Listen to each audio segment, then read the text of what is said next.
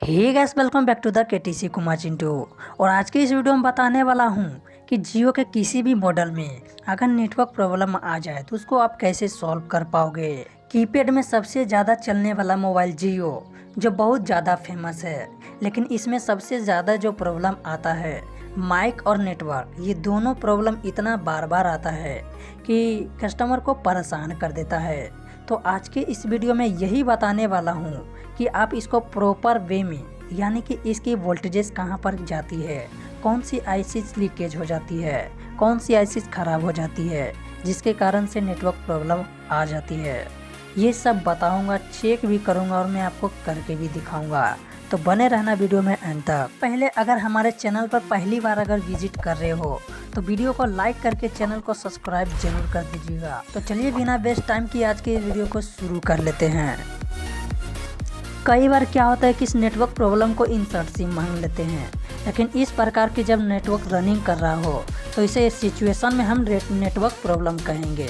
लेकिन इस वीडियो में आप देखिए, इस वीडियो में देख सकते हैं यहाँ पर कोई भी नेटवर्क रनिंग नहीं हो रहा है। इसका मतलब ये हुआ कि ये सिम काम नहीं कर रहा है। तो आप तो समझ गए कि इंसर्ट सिम क्या होता है और नेटवर्क प्रॉब्लम क्या होता है। सबसे पहले आप देख सकते हो ये हमारा जियो का मॉडल है। मैं यहाँ पर जियो का कोई भी पीसीबी यहाँ पर मैं ले लिया हूँ और ये देख सकते हो ये हमारा जियो के नेटवर्क सेक्शन का सारा एरिया है। यहीं से हमारा सारा प्रॉब्लम होता है और यहीं से सारा प्रॉब्लम हमारा ठीक भी होता है। सबसे पहले हम बात कर लेते हैं जियो के ये जो 3 एंटीनेज देख रहे हैं, इसको जब आप मल्टीमीटर से चेक करोगे तो इस पॉइंट पर जब आप चेक करोगे तो यहाँ पर आपका बीप बताएगा, यानी कि ये ग्राउंड से कनेक्टेड होता है। और ये बीच वाला होता है ये हमारा ग्राउंड से कनेक्टेड नहीं होता है, कुछ पैरेलल कंपोनेंट के द्वारा हमारा यहाँ पर जुड़ा हुआ होता है। और इस साइड में हम देखते हैं ये वाला जो पॉइंट होता है ये भी हमारा ग्राउंड से कनेक्टेड होता है। लेकिन अब बात भी आता है कि इन तीनों पॉइंटों को हम चेक कैसे करेंगे मल्टीमीटर को। तो चेक करना भी बहुत सिंपल है। सबसे पहले आप ये मल्टीमीटर का तीर देख रहे हैं, इसको आपको बजर की रेंज में सेट कर लेना है। और ये लाल वाला जो तारी देख रहे हैं इसको आपको ग्राउंड में कहीं भी रख दीजिएगा। और ये जो काला वाला देख रहे हैं इसे आपको सभी पॉइंटों को एक एक करके चेक करना है। तो सबसे पहले इस पॉइंट को जब आप चेक कीजिएगा तब आपको यहाँ पर बीप देखने को मिलेगा। और अब बात कर लेते हैं ये बीच वाले पॉइंट का। तो ये हमारा ग्राउंड से कनेक्टेड नहीं होता है, ये हमारा कुछ पैरेलल कंपोनेंट के द्वारा फिल्टर्स होता है। और ये जो लास्ट वाला पॉइंट होता है जब आप इस पर सटा कर देखोगे तो यहाँ पर भी आपको बीप देखने को मिलेगा, क्योंकि ये भी ग्राउंड से ही कनेक्टेड होता है। मैंने तो आपको इन तीनों पॉइंटों यानी तीनों एंटीना को बता दिया कि कैसे आप चेक कर पाओगे। एक भी एंटीना अगर मिस हुआ तो आपका नेटवर्क का जो प्रॉब्लम हो आ सकती है, फ्लक्चुएट कम ज़्यादा हो सकती है। तो इस एंटीना का काम ही होता है वोल्टेज को बढ़ाना। मानो कि अगर इंटरनेट कम चल रहा हो तो बढ़ाने का काम ये एंटीना ही करता है। ये तो मैंने एंटीना के बारे में बता दिया, लेकिन याद होगा आपको मैंने बिजली के बारे में बताया था कि इसमें क्यों नहीं बीप देता है। तो ये जो बीच वाला पॉइंट देख रहे हैं इसका पॉइंट आपको इस पैरेलल कैपेसिटर से लेकर आपको इस लाइन से होते हुए इस कैपेसिटर से लेते हुए इस लाइन पर हमारा ये जो आप देख रहे हैं यहाँ पर कोई भी कंपोनेंट नहीं लगा हुआ है, इसी पर यहाँ पर ही आकर के रह जाता है।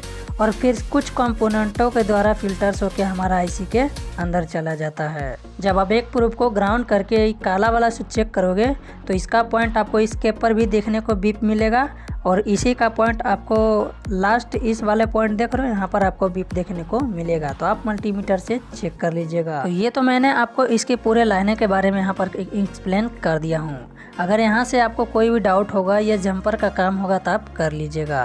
तो चलिए अब आगे बताते हैं। अब ये जो गोल वाला से लाइन हमारा निकलते हुए इस आईसी से फिल्टर्स होते हुए जो वाइट वाला देख रहे हैं इस वाले से होके ये जो आगे वाला पिन देख रहे हैं इससे होते हुए इस कॉइल पर जाता है और इस कॉइल से फिल्टर होते हुए ये हमारा इस आईसी में जाता है और इससे हमारा आउटपुट निकल कर इस कैपेसिटर के थ्रू हमारा इस वाले आईसी में आता है। इन सभी लाइनों का मतलब होता है कि आपके नेटवर्क का ज़्यादा बूस्ट करना।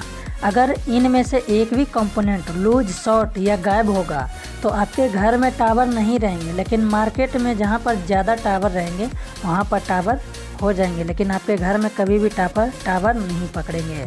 इस सिचुएशन का जब केस आवे तो समझ जाना कि यहाँ पर कोई कंपोनेंट या तो शॉर्ट होगा या नहीं तो लूज होगा, तो आप चेक कर लेना।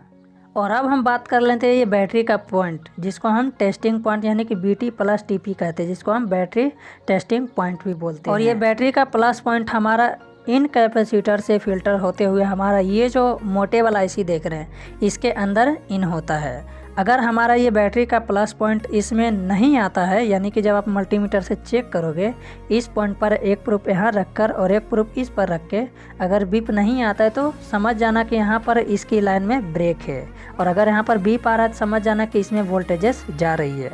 और अगर इसमें वोल्टेज जा रही है तब तो नेटवर्क पकड़ेगा, अगर वोल्टेज नहीं जाएगा तो नेटवर्क कहाँ से पकड़ेगा। तो ये आप चेक कर लीजिएगा, क्योंकि ये दोनों जो बड़े बड़े ICs हैं ये आपका नेटवर्क को सर्च करके देते हैं। जब आपको यहाँ बैटरी का वोल्टेज देते हैं तो इन दोनों में 4 वोल्ट कनेक्ट होते हैं, इनपुट होते हैं, तब जाके ये दोनों नेटवर्क को सर्च करते हैं। उसके बाद आप ये देख सकते हो यहाँ पर हमारा ये WTR ICs हैं। कुछ लोग क्या करते हैं कि बिना जांच पड़ताल के, बिना सोचे समझे इस WTR IC को नोच कर ही रिवॉल्व करके लगाते रहते हैं, फिर भी ये प्रॉब्लम सॉल्व नहीं होता है। यहाँ पर देखिए यहाँ पर एक कैपेसिटर लगा हुआ है। इस साइड का कैपेसिटर हमारा ग्राउंड होता है और इस साइड का कैपेसिटर में हमारा वोल्टेजेस आती है, जो कि इन छोटे छोटे कंपोनेंटों के थ्रू हमारा कुछ यहाँ पर एक पॉइंट मिसिंग होगा और इसी के मिसिंग के साथ कुछ कंपोनेंट के साथ फिल्टर होते हुए हमारा ये WTR IC के अंदर जाता है। लेकिन अब बात करते हैं कि इस पर वोल्टेजेस आता कहाँ से। अगर इस कैपेसिटर पर वोल्टेज नहीं आएगा तो नेटवर्क तो आपका इस WTR IC सर्च करके दे देगा, लेकिन नेटवर्क खुली तरीके से नहीं आएगा। तो इसका वोल्टेजेस कहाँ तक आता है, तो इसका वोल्टेजेस हमारा आता है पावर IC से। अगर आपका यहाँ पर वोल्टेजेस नहीं दिख रहा है तब आप जंपर दे देना, लेकिन उससे पहले पूरा वीडियो देखो कैसे जंपर देना है, कब देना है, उसके बाद जानो। अगर यहाँ पर वोल्टेज मिल रहा है तब तो आपको जंपर नहीं देना है, नहीं मिल रहा है तब आपको यहाँ पर सीधे एक कैपेसिटर लगा होता है, वहाँ से आप जंपर दे देना। और अब हम बात करते हैं कि अगर आपका सभी लाइन सही है तब आपको क्या कर लेना है। ये जो आपको WTR IC दिख रहा है इसको आपको हिलाना डुलाना कुछ नहीं है, सीधे निकालना है और रिवॉल्व करके लगाना है। उससे पहले आपको देखना है कि इसके जितने भी पॉइंट है, इसके जितने भी अगल बगल के ICs हैं सभी को देख लेना है, कोई शॉर्ट हो या ना हो ये देख लेना। उसके बाद ही आपको रिवॉल्व करके लगाना है, उसके बाद आपका प्रॉब्लम सॉल्व हो जाएगा। इस नेटवर्क रिपेयरिंग में एक चीज़ विख्यात है, जानते हो क्या? ये जो दोनों पॉइंट आपको देख रहे हैं इसमें आपको क्या कहते हैं, इस दोनों को जंपर दे दो और आपका नेटवर्क आ जाएगा। आप बिल्कुल भी ऐसा मत करना, नहीं तो आपका सेट डेड हो जाएगा। तो जंपर देने का भी कुछ कंडीशन होता है, कुछ फॉलोज करना होता है, तो आपको सिंपली ऐसे ही जंपर नहीं दे देना है, नहीं तो आपका सेट डेड हो जाएगा। सो आई होप कि दोस्तों वीडियो अच्छा लगे तो लाइक कर देना एंड चैनल पर पहली बार है तो सब्सक्राइब कर देना। तो मिलते हैं किसी नेक्स्ट वीडियो नेक्स्ट टॉपिक पर, तब तक के लिए जय हिंद, वंदे मातरम। देखते रहिए और सीखते रहिए।